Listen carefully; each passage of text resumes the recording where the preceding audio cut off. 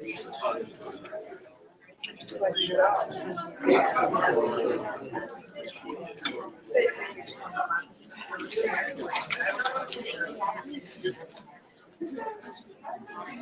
evening, everybody. We will go ahead and get started. First of all, I'd like to express my appreciation for everybody coming out tonight. I know that weeknights are not easy for parents or for students, and so I really appreciate it. I know that also that a lot of you have come a long way. A little bit about what's going on tonight. First of all, for those of you that I have not met, I am Mark Caraway. I'm the director for the Blue Ridge Virtual Governor School. Some other folks I'll be introducing in just a minute associated with Governor School. And I give you a little bit of information about what's going on tonight as far as what we're working on. Just a heads up for those of you who just came in, we've got a couple of like them. One is a copy of the handbook. It's from last year, but it's got the same policies. We did not make any policy changes, and we're running a little low on our copies of this year's handbook for students. Those should be going out to parents through classes. Before I get started, I'm just curious. I'm going to do a quick poll. How many of you are parents of 12th graders? Okay, there we go. How many parents of Blue Ridge 11th graders? 10th graders? And 9th graders. That's about what we usually say. Okay, that's good. Because usually by about the 12th grade, your kids are kind of like, no, I've told you all that stuff. You don't need to know it anymore. So, but we are going to give an overview, and I think for those of you, particularly who are parents of like 9th and 10th graders, who are most of you, you'll see a little bit also what's going to be happening in subsequent years. Really, what we're doing is giving pretty much an overview of what the program is going to look like for this year. We've got some potential changes upcoming in future years, but I also want to give you some information on that as well. We'll do some introductions. I mentioned we've got some other personnel that work specifically for Blue Ridge that will be good for you to know. Talk a little bit about what our purpose is. And again, we're in the process right now doing our planning for the next 5 years. We're really taking a look at the program in terms of what it is that we're trying to accomplish for our students. Give you a little bit of insight into the specific things that our students are doing in terms of what kind of projects, what kind of learning activities we're going to be doing this year. Talk specifically about Blue Ridge technology and also specifically about where you can find information. I'll talk a little bit about online learning because as a virtual school, it's a big part of what we do. It's something that all of our students are going to experience after they leave this program. So it's a big part of our curriculum to teach students how to work with online learning, and there's some tips for parents to know as well. Give you an idea of the major events, what kind of courses are going to be available, particularly for students, for parents of rising juniors and seniors. This is good information to know, but also, again, parents of younger students, this is good to know kind of down the line because you might want to be planning in your child's course schedule over the next few years for some of those. And then the last part really would be just a couple of things that we have picked up, doing a lot of work with colleges and universities and talking a lot to our graduates about what kind of things really can help students prepare and what parents can know about helping students prepare for college. So again, I know it's a night out. We're going to try and keep it as brief as possible. We move fairly quickly. I tend to talk really fast. But one thing is that we are recording all of this. It will be posted online in the next day or so. So if you feel like you missed something, you'll be able to go back and check it out and say, did I really hear that? And we'll also post this presentation online as well. So anything we missed. And at any time, if you have a question, feel free to stick your hand up, throw a piece of paper at me, something like that. So, and then we'll give you a little bit of time for questions.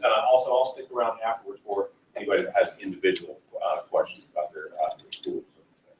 So again, mentioned introduction. So I'm Mark Caraway. My role is primarily, I'm the director, like being the principal. I work a lot with the curriculum. If you have questions about things that are being taught in the program, if you have questions about the grading practices, about the projects, things like that, I'm the person to get in touch with. Anything about logistics, because I work a lot with planning the events and things like that. We also have Sally Alden, who is our technology person. She'll be talking a little bit about Blue Ridge technology and taking you on a bit of a tour tonight. She is a very important person to know, particularly for students, because in the midst of their projects, when they're trying to figure out how to embed a video on their website, that's who they're going to go to. So Ms. Alton is available to students a lot of, I think, more hours than there actually are in a day. And come project time, she usually gets several hundred emails as we get close to project deadlines. We also have Terry Levinson in the back. Terry's our administrative assistant, and she also does a lot of our logistic work. When you get mailings, chances are that she sent that out. She sometimes will be sending it requests for information or sending mailings, things like that. All of this information is available on our website and our handbook as well. So as far as contact information. And then Mr. Reynolds has just joined us this year, Jared Reynolds in the back. He's very shy. Mr. Reynolds has actually been teaching for Blue Ridge for 40, 50 years, something like that. Mr. Reynolds has been the computer science teacher for us. We've had an online computer science class for, I think, 11 or 12 years. And Mr. Reynolds has been the teacher for that course. But all the while maintaining a day job as a math teacher at Louisiana County High School over those years. This year, he's actually come on board with Blue Ridge full-time, teaching both the online computer science courses, coordinating some other online computer science opportunities that we've been able to bring in for our students. And also, he will be the online learning coordinator, which we're not quite sure what that really means yet, but we're working on it. So that's kind of a work in progress. Really, with all the different activities we do, Mr. Reynolds will be really involved in a lot of that information management we do. So a little bit about what we are. And I think everybody that is in the program knows this, but just as a reminder, we are an over and above program in the sense that we provide some services, and we're chartered to provide services that are above and beyond what the regular school curriculum can offer. We have 7 counties. If you don't know, it's Fluvanna, Goochland, Greene, Louisa, Madison, Nelson, and Orange. Left anybody out there? It's a huge area. If we were a state, I think we'd be like the 48th largest state, something like that. We figured out. And really, the purpose for having a regional program, this is the purpose the state kind of commission governor schools for, is so that students have opportunities to form a larger community of learners. So students have the opportunities to, students from Louisa have the opportunity to work with students from Nelson or from Orange or from Goochland. And a lot of that happens through a project-based learning. One of the things, and I think that a lot of people aren't aware, that we pretty much operate entirely out of our state funding. We have some extra classes that localities have chosen to offer in Orange, and this year for the first time in Goochland, and those are locally funded. But out of our 500 or so students, about 460 or 470 are state funded, and that means the money for all things like the computers, the activities that we do comes directly from the state. So it doesn't cost the localities. Localities provide the teachers and the locations for the classrooms. So really overall, and I'm not going to read through this, but our mission really is to, and this is part of what we're going to be looking at as we look at our next 5 years, is what is the mission of the school. But for the last 10 years, the mission has primarily been to create this learning community, and really the big emphasis is to help students develop and practice the skills that they're going to need to succeed. We're getting a little past the point where we talk about 21st century skills, since we're 15 years into the 21st century. They're just really skills for success that everybody will need. But that's what we really primarily do. And I don't think that mission is going to change as we go into our plan. But it's something that we talk about quite a bit, because that's around the idea of taking students who come in the early grades, in 9th grade, and working all the way up to the 12th grade and learning these skills. So that's a big part of what we're about. So the other thing is we have, and those of us who work simply for Blue Ridge have a vision for what we want to accomplish. We want to make sure that every student is challenged. And by challenge, I mean, it's like students who play video games. If it was all the same level, it would get boring real fast. We want to put challenges that are going to engage, sometimes cause problems for students.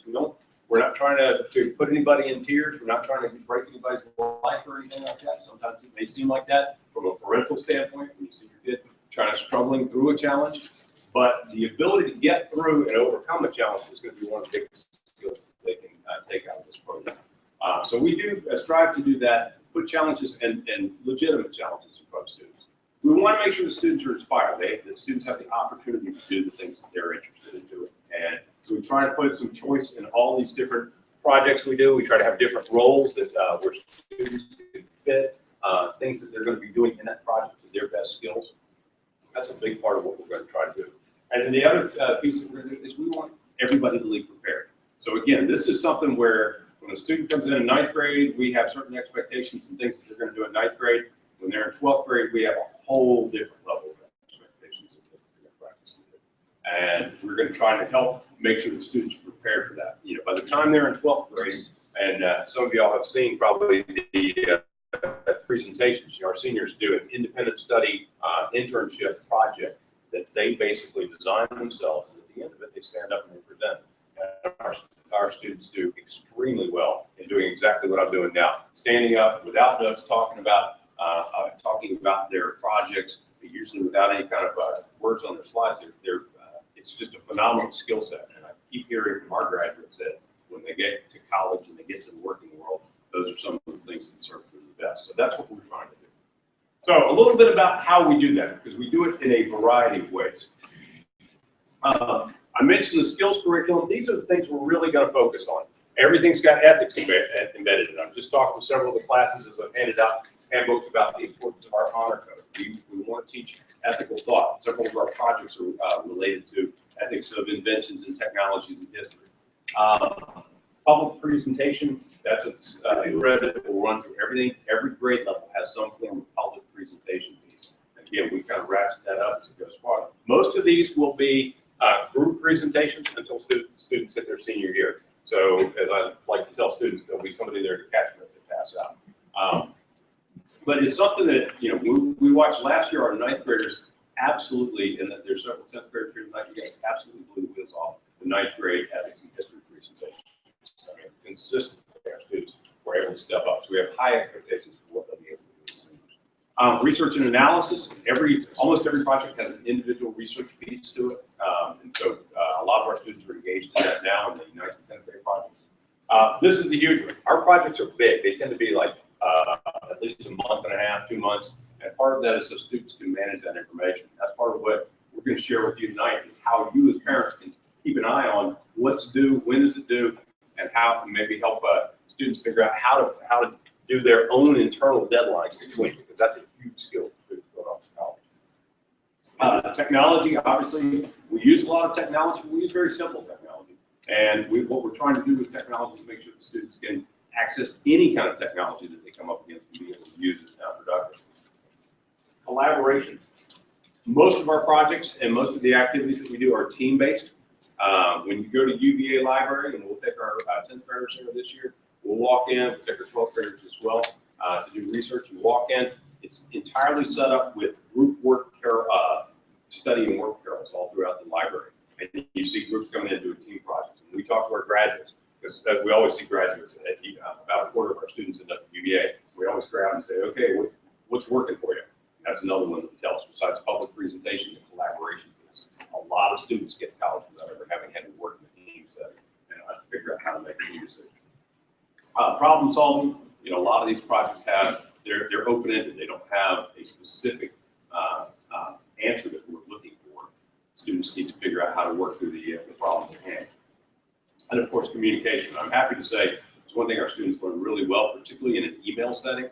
Our students write, we talk a lot about what it means to be professional and academic in email. Get better email right out of the State Department officials. So that's not a joke. Yeah, that I just got one today, and I was like, you know, that's kind of what we're going to do, what we're doing. So here's how we do it, just to give you a quick overview. I mean, this is how this happens.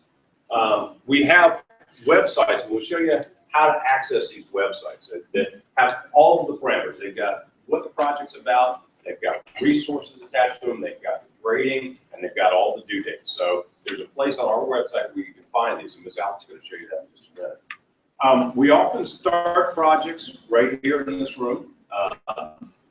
We had on Wednesday of last week, we had 160 ninth graders in here, starting off on their first World History project. Thursday, we had the 10th graders in, starting off in their Rabbitopsis experiment project with Virginia Tech. We get everybody here, people meet their teammates, and kind of set up the parameters, how are you going to accomplish this. For many of the projects, we often will come back together for a day, either at one of the local schools or we'll meet back here where students can work together on that project and kind of pick up the next step after students have done their individual research. And then most of the projects have some form of either presentation or product, like a website, computer program, something like that, the students actually have to produce. So the projects are kind of consistent in their design, but they change, particularly given the different subject areas. So I'm going to let Ms. Alton give you a little bit of information on our technology, because that's a big part of how we get this done. Obviously, you know, when we talk about being a virtual school, a lot of people think, oh, you guys just do online classes. And obviously, we don't. Most of our classes are done in the schools, but we're using that technology a lot. Ms. Alton's going to tell you a little bit about that. The first thing to know is that we do provide all the students with a Google Apps email account. So if you have a Gmail account, this will look very similar, and I know a lot of your students, their school systems are already giving the students an account for their home school. But this is a little bit different than a basic Gmail account, because as we explained to your students, they don't own it. We own it. It's like a work email. It is filtered. We can go into it at any time. We have it. We can check to see who they're emailing, when it was sent, where it was sent from. So it is somewhat of a walled garden kind of thing, where they can do stuff in it, and then we can allow them to email out based on settings that we put into it. I do also warn the students that we will randomly audit accounts. A couple times every year, I kind of sit through and I just go through the list of students and kind of look through their chats and their emails to make sure that they're being professional and academic. If you have an upperclassman, they will tell you that they've probably heard me talk about being professional and academic and email correspondence a million times. But we do review it at least once every year with them, and really stress that this is a professional environment and the ways you can use this account.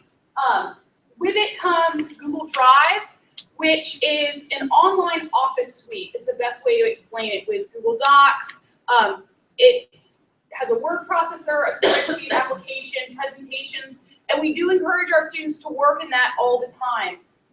The nice thing is it automatically saves.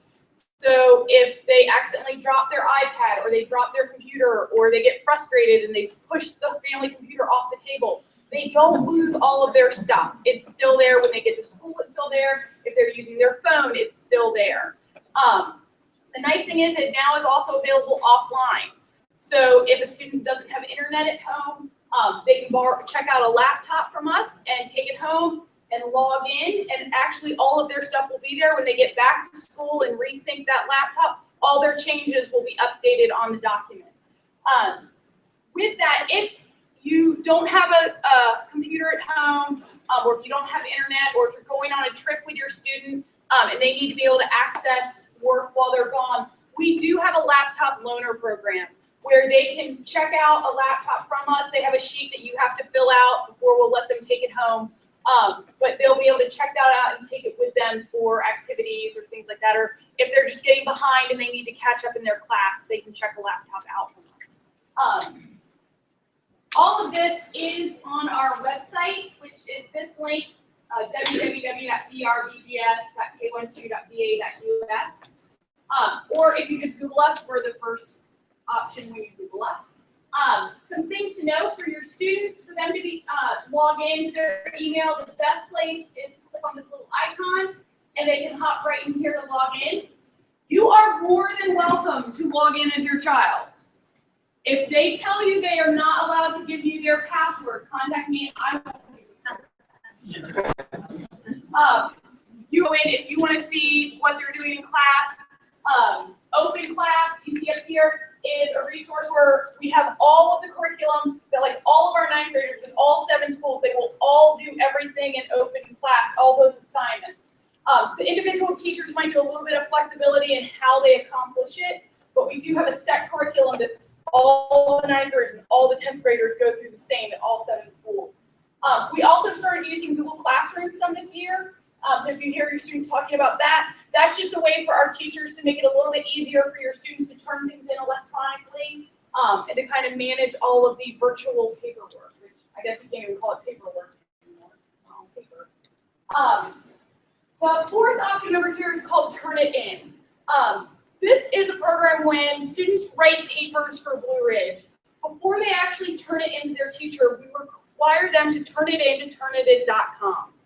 What Turnitin.com does is it takes your student's paper and compares it to every other student paper ever submitted to it from anywhere. Most of the internet, major journals and periodicals, books, things like that. They have a huge database, and it shoots back a report to the student. In some cases, like if you went to the University of Virginia, they use this to catch people cheating and to kick them out. That is not our goal. Our goal is to teach students how to write papers correctly, how to make sure they're citing things correctly, learning how to put things in their own words. So we let them submit to Turnitin.com as many times as they need to. It'll shoot them back a report, and we'll be like, this is really similar to this. And they'll tell them this is the link where, this exact paragraph comes from. And so our students know to go back in and to make sure they have everything cited correctly, that they have all their quotes done correctly, or reword it. And we do understand, obviously, not every paper your student will write is on a topic that no one has ever written a paper on before. I mean, that's kind of common sense. So our teachers can go in and kind of set a threshold. Like, we tell our kids, for most things, if you're kind of in that, it says 15% is not copied, but comes from another source, that's perfectly fine, because they're gonna have quotes. There's only certain ways you can say some things. And so they'll have that in there. And the teachers can also go in and go through their paper and turn off things that have been highlighted by Turnitin.com and say, nope, this is okay, and kind of manage it. So if you hear your student freaking out about this, they probably, they should freak out a little bit because they're going to have to write a paper. But the Turnitin.com is not a scary option. A lot of our students even ask their teachers to create kind of a blank Turnitin assignment, and they use it to turn in papers for other classes, just because it's so helpful for them to have something scan your paper and make sure you've cited everything correctly. So we'd really rather them learn these skills with us in kind of a safe environment where they can go back and keep working on it. First time they hit something like that, be college, where if they've done something wrong, even by accident, the college could kick them out. We'd really rather everyone kind of know how to deal with these systems up front. Haiku is for our junior computer programming classes. It is where our fully online courses live. So if when they get to a junior, they don't actually have a teacher in the room. But Mr. Reynolds will work with them through Haiku, which is a learning management system. The other things on our website that will help you guys, actually let me go here first. Academics, the current projects, these are all the current projects that our students are currently working on. So if you are a parent of a 9th grader, they're currently working on this first project. And on this site, we'll tell you every single thing about their project. A lot of times students will be like, they'll email us, hey, when was my paper due? And all we do is we send them here. All of our teachers work off of this same site when they're working with their students, and you can come here. Everything is open, except for the group link, which your student will have to log into just for privacy reasons, because it says the student's name and which school they attend. But all the rubrics, all the requirements for their paper, for their presentation, they have to do a website. Everything that they would need is there, and you're more than welcome to. With that, also on the academics tab is the student work. This is where if your student is part of their project is to create a website with their group members, we will actually post them all here so that you can look through and you can see what your students group did, and you can look at other students group work as well. The only one that will have something blocked is the first project that our 10th graders do, because it is in collaboration with Virginia Tech. They're doing some research on plants that have had a gene mutated, and we don't technically own that data, and it can't be made public until Virginia Tech publishes it. So if you have a 10th grader and you want to see that information, just have them log in for you, and you'll be able to see it. On the resources tab, this is where I talked about the laptop loans. If you go to this link, it will actually just talk you through kind of the whole process of who is eligible for a laptop to be able to take home and kind of the parameters around that. One of the things we really do try to work with is it's okay if the student gets behind, but if the student is not doing work during the class time and then requesting a laptop to do all the work at home, no problem with that, because we would like them to actually be working during the day. But if they're working really hard in class and they still need some extra time, more than happy to send a laptop home with them.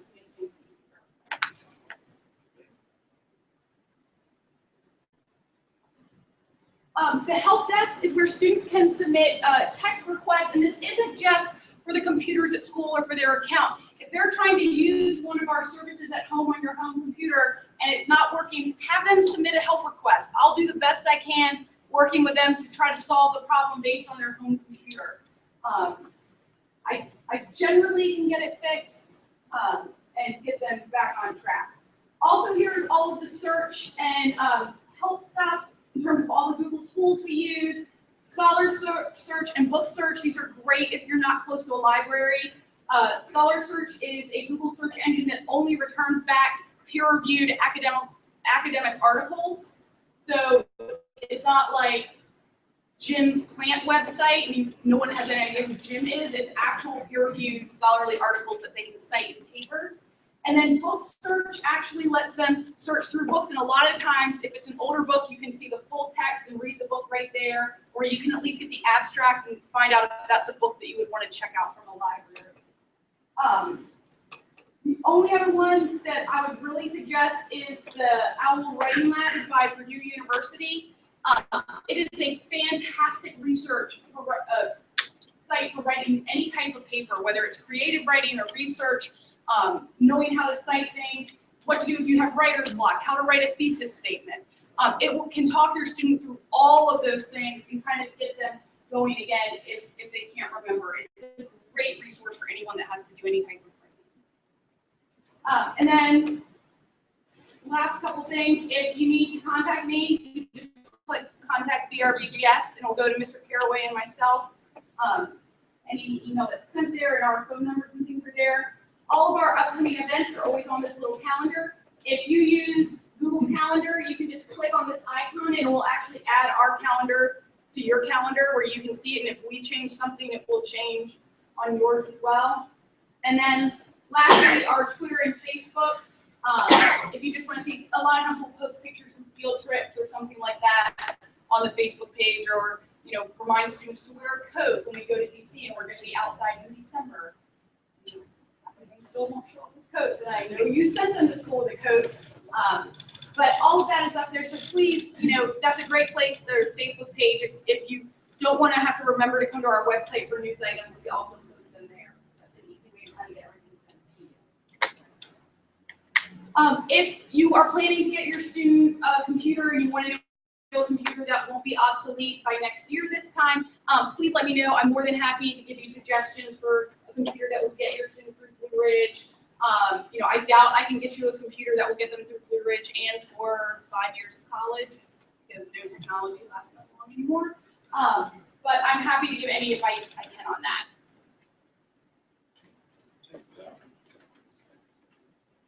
So a little bit of information, we'll get back a little bit about specific things that are going to be happening in the course of the next year. So one of the things, each of the classes that we have specific events, and I wanted to just give parents a heads up. We have a lot of field trips, as you know. We usually give it to about 40 per semester per grade level. That's kind of our gold standard as far as maxing out. We understand that students and parents have a lot of there are potential conflicts out there. If you have a circumstance that's a conflict, or if your student does, please talk to the teacher first. And if you have a question further beyond that, you're always welcome to contact me about it. We've made arrangements with parents to have students taking off buses, to make it to sports events. We've had students that have made special arrangements to make it to drama presentations, whatever it happens to be. We'll work with you on that. But we do these field trips are critical. So like our work trip the other day for the 9th grade, we had our kickoff field trip just on Wednesday. That's where the students really got a lot of the information that people are going to be working with. So a lot of cool stuff kind of happens. So a couple things, we mentioned the fall research project. So that's the World History Technology Through the Ages that Ms. Alton just showed you. And you get all the parameters there. Students are right now engaged in individual research. We're going to be going to DC on charter buses. Blue Ridge provides charter buses, and we group the schools. So on October 20th, that's Norwich, Madison, Nelson, and Greene. On the 29th, it'll be Flavanna, Louisa, and Goodson. Group those together. We're going to go see the National Cathedral and the National Gallery of Art while we're in DC on those days. So that's always actually that trip is a lot of fun. Their first project, the due date's on the website, but it's good for parents to know. The research papers are due November 4th. There are a number of checkpoints that we have for things in between now and then, because we don't want students on November 3rd at, say, 11:30 at night to be working furiously to try to get this done. We want them to have everything in place as much as possible. So they actually have a rough draft due fairly, I think about a week and a half for that. Again, all of those dates are on our website. We'll have a working field trip for the second part of this project where they'll get together with their team members again. We'll do this at individual schools. We've got those spread out over several days. We've kind of grouped schools together. So they'll be going, I think we've got one on the 5th, one on the 9th, and one on the 10th. So those are on our calendar as well. And then the website part of the project will be due on November 23rd. In January, we haven't scheduled these dates out yet. Usually get these dates nailed down at mid-semester, first semester. When we go to UVA, we usually have a lecture with a professor there at UVA and kick off our second semester project, which is an ethics debate. One of the things about this will be the first big public presentation. We'll always welcome parents, and we'll make sure that we get invites and information on that. And then we'll also have a DC trip in the spring. The ethics debate is usually around people, and again, we group schools for that because we can't do them all in one place in one day. 10th grade, this is the advanced placement biology. For those of you who are parents of 10th graders, you probably already know a lot about the work. There is a lot of work in this class, but it's a real payoff in terms of preparation, again, for other courses in high school. So we'll start off, we just finished, just had our Arabidopsis field trip. That's our big experiment. The students participated in the fall where they get plants from Virginia Tech and work with Virginia Tech scientists to come up with variables to experiment on plants, the Arabidopsis plant. That's a great project. We've got a number of students who's gone on to take biology careers based on their participation in that project. We also do Chesapeake Bay Foundation. We split these up. I think only Madison and Fluvanna are going in the fall. Everybody else will go in the spring. And those will be individual school trips where we go to different locations, canoe trips at Chesapeake Bay. Working field trips, we will have, for the spring project, we'll have some working field trip dates. We'll get those dates again done. Our Arabidopsis presentations will be happening on November 19th. That'll happen here. Again, parents are welcome. If you are coming, just if you would mind giving a local teacher a heads up, or asking your child to do that so that we know how many chairs to have in place for that. We've got about 140 students, so we need to have the room set up. We have lots of parents coming. But we'd love to have you here for that. It's great to see. In those presentations, I'll back up to that. This is where they're presenting the results of that experiment to Virginia Tech officials and scientists. And it's a true scientific presentation results of a real experiment. So neat to watch. We have a spring project to do writing a bio-research grant with the team, and that's another presentation. And then the big kahuna for these guys is AP test and tech. We're doing a lot of presentation. Now, a lot of preparation for that over the course of the year. One thing about this course, it's a 2-credit class. They have essentially twice as much time as a lot of students across the country to prepare for this stuff. Our students have been doing pretty well with this. So that's something you'll hear about a lot about it as we get closer today. Mr. Reynolds, you're the computer science person. I'm going to turn it over to you for a second. If your child comes home and says that their teacher is a Jedi Knight, they're probably talking to him. Those will be the laugh part. Anyway, yes, I teach computer science. This year we have 2 courses that I'm officially directly in charge of. One is called Computer Science Principles. That's what most of the students will take their junior year. This year we've also offered them to take the AP Computer Science course as well as a replacement of that. It's a year-long course. That's something you might want to think about. Computer Science Principles is mainly, it's not all programming, it's also teaching some concepts of computers and thinking skills and things like that. AP Computer Science, all programming. But I did ask some of my best friends, my BFFs, to talk about programming. It is important. So I thought maybe some of these friends of mine would maybe enlighten you on what programming is and how important.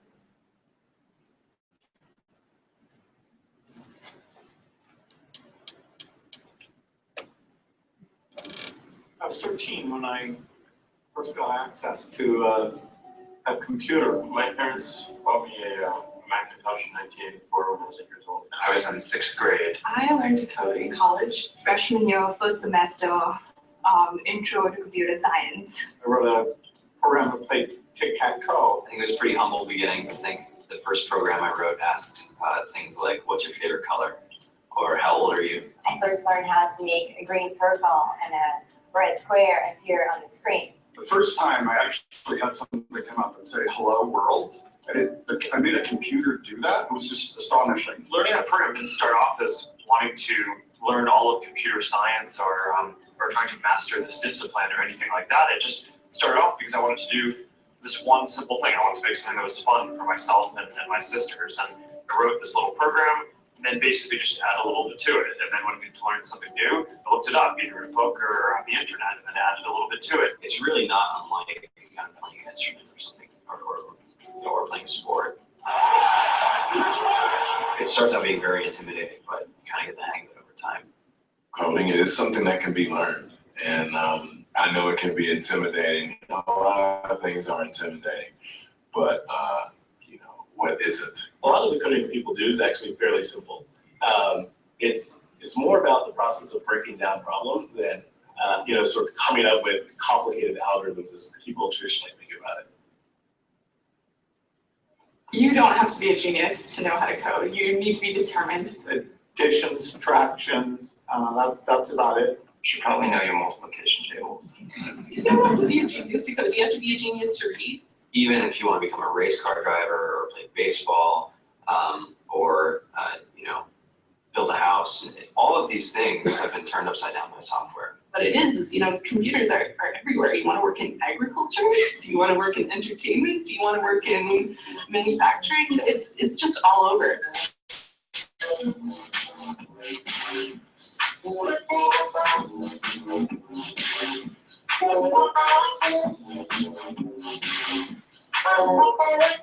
Here we are, 2013. We all depend on technology to communicate, to bank, information, and none of us know how to read and write code. When I was in school, I was in this after school group called the Whiz Kids, and when people found out, they laughed at me, all these things. And I'm like, man, I don't care. I think it's cool, and I'm learning a lot. And some of my friends have jobs. Our policy is literally to hire as many talented engineers as we can find. The whole limit in the system is just that there just aren't enough people who are trained and have these skills today. To get the very best people, we try to make the office as awesome as possible.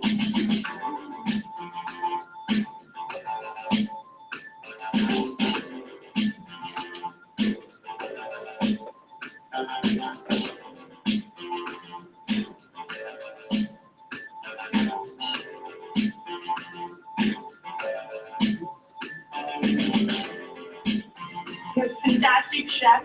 Free food, Breakfast, lunch, and dinner. free laundry, Snacks, even places to play, video games and scooters. There's all these kind of interesting things around the office, places where people can play or relax, or go to think, or play music, or be creative. Whether you're trying to make a lot of money or whether you just want to change the world, computer programming is an incredibly empowering skill to learn. I think if someone had told me that software is really about humanity, that it's really about helping people by using computer technology, it would have changed my outlook a lot earlier. To be able to actually come up with an idea and then see it in your hands and then be able to press a button and have it be in millions of people's hands. I think we're the first generation in the world that's really ever had that kind of experience. Just to think that you can start something in your college dorm room and you can have a set of people who haven't built a big company before come together and build something that 1 billion people use as part of their daily lives. It's just crazy to think about, right? It's humbling and it's amazing. The programmers of tomorrow are the wizards of the future. You're going to look like you have magic powers compared to everybody else. It's amazing. I think it's the closest thing we have to a superpower. Great coders are today's rock stars. That's it.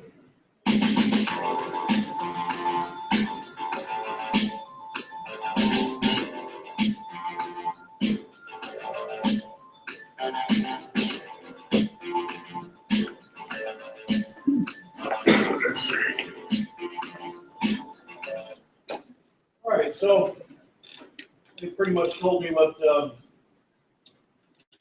told you pretty much what that my classes are about, the importance of it. You can see that not every school does teach computer science, but we do here at government school. I'm not out there to teach everybody or to make everybody a programmer. Your child is not going to be a programmer, maybe not going to be a programmer, but they will be involved with computers at some point in their career. So the more they know about it, the better they are. So my course, and I tell the students this also, my course has two main goals to it. One, of course, is to teach them how to program. Computer science teaches what's called JavaScript, and AP Computer Science teaches Java. You've probably heard those words before. You guys have all used those apps and things that have those programming languages built inside them. So that's one goal, of course, is to teach them programming. But the other goal is to teach them how to learn online. So when they work with me, just like when you heard Sally talk about turn it in, see if they're cheating or not. Same with me, I'm not trying to, when they're turning things in online, I'm like, oh, you did it wrong, it was right there, 0. No, that's not what I do. In my classes, if they are having trouble figuring out how to do things online, that's my job, is to help them figure that out. So when they get to college, they're going to be the rock stars. They're going to be the ones that all the other, their friends are going to come to and go, I have no idea what I'm doing. Can you help me? Yeah, I got this, because I had a So that's what we're going to be doing with that. These are the first completely virtual courses that Government School offers. It might be the first course that your child does take completely online, though they may have had experience with others. We do use Haiku. That's where you get your grades. I don't have access to all the Power Schools and the other online things at your home schools. So I do send grades to the facilitators there, and they put them in maybe once a month or something, but they don't keep that a day-to-day thing. Haiku is where that's taken care of. So if you're presently a parent with a child that's in my class, I can get you set up with a parent account, or you can have your child log in, and you come up to the 11th grade, and you want to get in and just ask me about that. We have 3 different classes. So we've got the fall classes that are going on right now, in year 1s, and we'll have a spring program in Madison. On October 8th, we have a tech tour. It's one of the best field trips I've been at. All the students will go, and they'll tour at least 3 different companies in Charlottesville. Might even be some of your guys' companies, who knows, if you're part of working in Charlottesville, where they see where the technology takes place in those different businesses. Great. Both the classes have a final exam project, group project mostly, and then final exam, and they will write an app or compete in a competition of some sort, of worldwide competition. The 80 students might be able to be involved in that. And of course, their big thing at the end is very impressive. So the final exam project is pretty impressive sometimes. It's some great apps they develop themselves.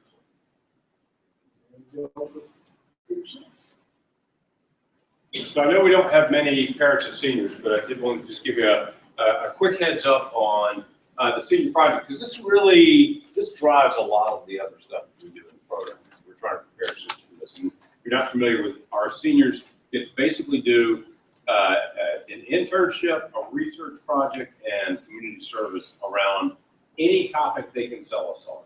And they have sold us on things like body piercing. They have sold us on things like mortuary science. They have sold us on things like different kinds of arts projects or writing projects. I mean, it's really, it's a huge gamut of things that students can do. They really get to take control of their education in a way that really a lot of students don't get to do until they reach college, and even their second or third year in college. So we're trying to get ready for that with all these other courses.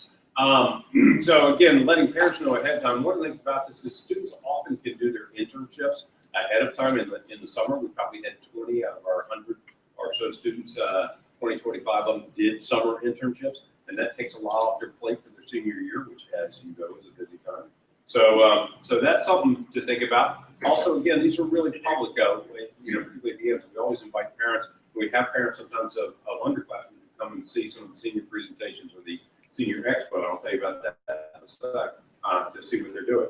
So I mentioned the different things. We really get them to try and get the idea of quality work, of significant learning, and to go beyond what they've been doing before. I mentioned the challenge earlier. So at the end of these experiences, they have presentations at their local schools. Those are usually advertised somehow. A lot of times they're on our website. And you can see in our calendar when those are coming out. Again, we always encourage audiences to be there. And then we have something called the Senior Expo, where all the seniors come together. They bring evidence of all of that's what the picture's from. Bring evidence of all of the stuff. There are judges there that are going around asking questions to students. It's a really celebratory event, and you can see everything that everybody has done for the previous year. So again, we always invite folks to do that. But it's never too early. I actually have students as young as 9th and 10th grade will sometimes email me and say, hey, I'm thinking about doing such and such for my senior project. And I'm like, wow, most 9th and 10th graders don't even, senior project looks like it's 25 years in the future, for most kids. But it's never too early to start thinking about it, particularly if you're really passionate or interested in a particular topic. So, quick note, and this will change. The last couple of years, we've actually blown up with our ability to offer some different courses. So, a few things. The courses that I'm about to list are primarily for 11th and 12th graders, and those are restrictions by the offering institutions. Primarily dual enrollment, which are college and high school, college and high school credit. And the courses that we offer, one of the things we can do is individualized courses. Like if we have a student right now who's taking a super high math course at through Johns Hopkins, because that's where it is in the math curriculum, we can work with individual students and parents. If you maxed out your math curriculum at your local school, or you have a particular interest that maybe isn't being served there, contact me, because sometimes we can find individual courses. They just have to fit our program goals, and again, have to fit in the parameters of being able to offer. So things that we are offering, dual enrollment statistics course in the Durana Community College. This is an online course, which also meets some of our requirements. UVA, we've been doing this one for about 11 or 12 years. An introduction to engineering. It's a phenomenal course for anybody that's thinking about engineering. We have 45 students taking it this year, which is way more than we've ever had. And it's a great place for students to kind of test the water. We got students do it and go, oh, I just realized I don't want to be an engineer. And it's a good thing to find that out when you're a junior in high school rather than when you're a sophomore in college. But we've also had a lot of students that use that as a springboard into engineering careers. Also have a UVA digital technology and communication course. This one is kind of how digital technology has been used in government and society and business. There's a multimedia aspect to that. One that we've been able to offer the last couple of years has been an archaeological, actual hands-on archaeological dig for college credit at Montpelier. So that's been kind of cool. They can do from 1 to 3 credits there. And then, as I mentioned, we do individualized courses. We've done it from UVA, from Brigham Young, from Virginia Commonwealth, from Longwood, and we are constantly looking to expand our offerings along those lines. What I would say to parents is keep an eye on our website and make sure that your students are keeping an eye on their emails. They should be, because a lot of their course stuff goes through there. But one of the things that I'll find out, I just had somebody contact me recently and said, my kid didn't know about the UVA Intro to Engineering class, and they never got the email. Well, as Ms. Alton mentioned, we own those email accounts. I just go look at the traffic. Yeah, there it is, and it's sitting there unread in his inbox. He got it. He didn't read it. I can't do much about that. So, we need, so that's one thing. Just be aware. We try to send out mailers when we're going through this, but anytime you're going through the scheduling process, and look, make sure if you're interested in any of these or maybe other courses that you think might fit the bill for your individual student, you're talking with your counselors and then talking to me as need be. As of this point, we're able to pay tuition for any and all of these courses. It's blowing up on us right now. Just the number of students taking dual enrollment courses. I don't know how long that's going to be. Will be able to be the case, but it's our commitment to try to do that as much as possible. And so, at this point, we're still able to do that. We'll have about 80 students taking college courses through this year. And one of the things Mr. Reynolds mentioned, the default course in 11th grade is the computer science class. Right now, we've got some other options. The statistics course, the intro to engineering, can be substitutes because they hit the same skill sets that the computer science course does. We also had this year, Mr. Reynolds mentioned an AP computer science that we're facilitating in the program as well. So we're continuing to make some changes. We're looking comprehensively again, with Mr. Reynolds on board full-time, we're going to be doing a lot of computer science curriculum. We'll also have other offerings. So that's one for parents to keep an eye on. So a couple of other things that parents may not be aware of. We actually pay for our students to take PSATs in 9th, 10th, and 11th, 10th and 11th grades to try and prepare for the SATs. And our SAT scores are usually pretty strong. As of this year, we are now testing all of our 9th and 12th grade. And we're not a real testing shop. I think everybody knows that. We look at a lot of this. We're using something called the CWRA. If you're not familiar with it, it's worth looking into. It is a college work readiness assessment. It is a performance test. Some of the students here tonight actually taking the test today over in Houston. It's one where you're given a real world scenario and some information related to that scenario, and you have to formulate a solution. And it looks different. There's several different scenarios that they use. It gives students and parents a lot of very specific information about what skills are you really strong in that will help you be successful in college, and what skills do you need to work on. So we're going to do that in 9th grade, early in 9th grade, so that we can get that information to students and parents, and that they can work on it throughout high school. We're going to do it in 12th grade in the fall, so that they also can get that feedback right before to college and know things they can work off in the remainder of the senior year. Tell us as a program, what are we doing to prepare students? And the other thing, I mentioned, keep an eye out. We also get things, summer activities. We've had students go to forensics camps. We've had students go to leadership programs, all kinds of different things that we're able to help and sponsor students, particularly if we have end of the year money. So always keep an eye out. I try to push that information out, mostly directly to students. We've had students go to engineering camps, like over the weekend engineering camps, all kinds of different things like that. So particularly just staying, keep an eye on the website. It's a good idea for that. So any questions at this point on any of the curriculum that we talked about here?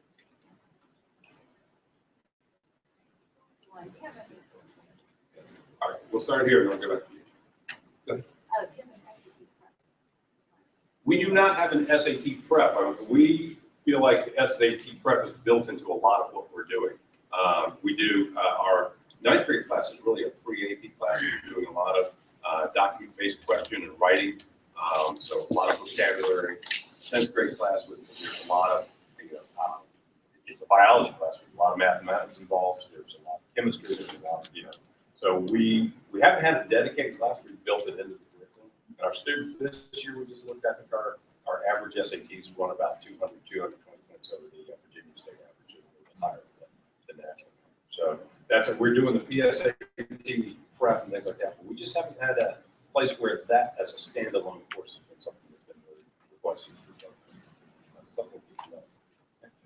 So the CWRA, you said the 9th and 12th graders are. That's right. Can $7 not work? So who will get tested until next year? That's correct. There, at this point, that's what we've kind of set up with our board has set up to test just the 9th and 12th grade. We're looking at it programmatically and individually, so that's why we're trying to do that. So she will get that information early in her 12th grade. And I had another question. Okay, go sure. The PSAT, so she was already taken once, and you take for a second time, or? We do it like the once a year testing. Most of the localities actually cover the 10th grade, but if they don't, we do. So 10th grade testing. So what's really unusual, most students take it at 10th and 11th. Very few students take it at 9th, and that's what we try to get students in, taking it at 9th, so that they're getting more accustomed to that testing, that kind of test by the time they hit the SATs. If she's already taken once, can she take it a second time, or should we use it for this? Well, if she's taken it once and doesn't want to take it again, she doesn't have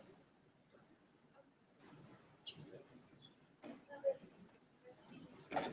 We do cover the AP test fees for the AP class that we originated, the AP biology. We do not cover the AP fees for other AP tests. Computer science AP, we will cover that as well, yes. Any course that we're offering, we're requiring the students to take the test. And if they take our curriculum course, we'll require them to take the test. We'll pay for that.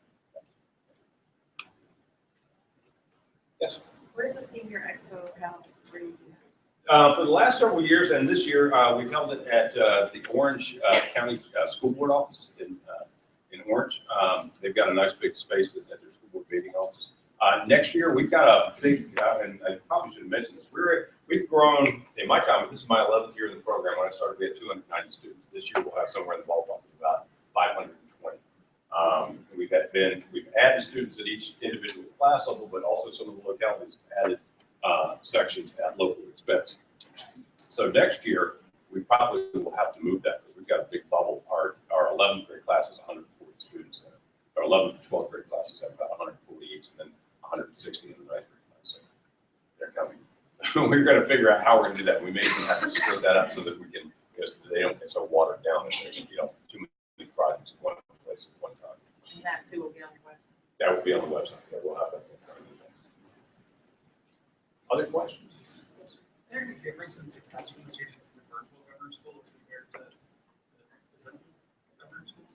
Are they similar? The governor schools, there are 19 governor schools across the state, and everybody's got a different curriculum and a different way of doing it. And so there hasn't really been a straight up comparison in terms of, would also depend on how you're defining success. I haven't looked really like, say, SAT data or anything like that. I mean, we're just all different. So I think, I don't know. I mean, quite honestly, I don't really have the answer to that. I know, from a college standpoint, all of the government schools look very similar to the kinds of college placements we get and things like that. So we do share that information. Other questions? Yeah. You mentioned internship. Oh, they can, I mean, Does it have to do with the project or something? it has to do, you pick a topic for your senior project. So let's say you're interested in intern with a doctor or a medical practice, and then your research question might be a very specific medical issue, something like that. And then you do some community, like last year, we had several students who were in one county who were all working on medical related issues, some in nursing, some in emergency care, some in regular medicine, and they got together to community service was a health fair. So, things like, you kind of pick a topic, you find somebody who had, and it's been everything. We're very blessed to have universities close by that a lot of students do theirs with people at UVA or VCU, places like that. Question. So the last thing that I had on here was a couple of things about preparation for college. And I'm just going to say a couple of things about this. We've been here for a little bit longer than I was expecting, but a couple of things for parents to keep in mind. And I do a lot of work, and you may see something in your localities. I come out to a lot of localities and talk just specifically on college prep. I do a ton of work with. We work with a lot of colleges. I always ask college professors, what do you need to see from students when they get to college for them to be successful? And I never hear they need to be smart. I hear they need to be able to work with other students. They need to be able to manage their time. They need to be able to meet deadlines. They need to be able to solve problems on an unusual or unfamiliar problem. So a couple of things, and I'm just going to kind of glance over this. This will be posted on our website if you want to go back in detail. And I also, if you want to follow up on this, I have a ton of resources on this college success. But a couple of things, and Mr. Reynolds talked a little bit about online learning. There's a lot of skill sets that really mirror what students need to do. But primarily what I want to talk about are a couple of things. One is making sure the students have goals when they hit college. And there's two kinds of goals that students have. One is called the performance goal. And that is the goal of, I want to get into UVA. I want to get an A. I want to get a perfect score on my SATs. And there's nothing wrong with those goals. But what research, and there's some really definitive research has told us about this, is that the best kind of goals are learning goals. So when we go into these projects, we talk about not only how do you get an A on this project, but what are you going to do with the knowledge that you get. If you go into a language class, it's perfectly fine to say, I want to get an A in Spanish. But if your goal is, I want to be able to talk to people when I walk into a cafe in Madrid, you are going to learn Spanish then. It's just rock solid. There's a woman named Carol Dweck out of Stanford who has just blown the wheels off. A lot of different research on this. She's also looked a lot at persistence factors. There's a whole thing about this. I'm not going to go into it, but there's a direct correlation between how successful students are in subjects like science and math and how persistent they are. There's a international math. Whenever you hear students in the United States scored 18th in the world on math, something called the TIMSS test. And what they found is students who stay with that test, there's a demographic section of about 150 questions. And they can chart how much students stick with that demographic section and how well they do on the test. It's exactly the same. It's weird. If you chart countries by how much the students stuck with that demographic section, it's really complex. And then you chart the student student abilities on math and science, it's exactly the same. There's a direct correlation by how much they stick with. So encouragement, persistence is always huge. And teaching students that about growth and productive behavior. Students are going, and this is particularly for students, for parents of students who are, if this is your first child hitting high school, they're going to come up against something that they have not come up against before. And part of that's going to be, they're going to be taking harder and harder courses. I mentioned that challenge. That's a good thing. Colleges recognize it. When you take AP, dual enrollment, high challenge classes, they're going to recognize that that's what is going to prepare students best. So it may not always result in an A. That's okay. If the mindset from there is how do we turn that into a learning experience and figure out how to do better next time. So these are some things. And again, I'm kind of going through this very quickly. The last one, study skills. Just had this conversation with a student the other day. Students who study a little bit every night and who have some form of interaction with the material every night versus waiting until the last night cramming do something like 20 or 25% better in general on assessments. So one great strategy is, hey, oh no, I did it all. If you get that, say, look, one thing you can do is just have one interaction with that work, and it can be write down a test question. Write down a question that you anticipate to have on the test. And have them, with us, they can put it into a Google Doc. That can be their study guide by getting tested. And that kind of interaction will increase their success on materials like that. And if they have that habit when they get off to college, that's what so again, I'm kind of flipping through this very quickly, but we've given you some tools here, checking calendars. If you want to know more about how to get into their tools that we provide, every one of your kids has a Google Calendar. That's a great tool because they can program it, email themselves when they need to do something. I do that at 4 years old. I have to do that, because I would fall apart if not. Things like the goals that we just talked about, just making sure that they're staying on a steady path of progress. So that's going to do it for tonight. I think you guys have hung in there with us for a long time. I will mention that this last piece of the Blue Ridge planning, we are going to be doing some planning for the next 5 years. It would be everything from our courses that we're offering to to how the program is going to manage its growth. We would love to have parent input, so we're going to be sending out a survey. We'll let you know. It'll be an online survey. We'll send out a postcard reminder for that with a link. And that'll probably be going out about the next month and a half. Please keep an eye on it. Please respond. The last time we did a parent survey, I think out of all the parents in the program, we got about 25 responses, which wasn't really enough to give us the kind of data we need to inform change. So please participate. Students will be getting surveyed as well, and our faculty will participate. So thank you again for coming. Please keep an eye on, after correspondence, and we will look forward to the whole year with you.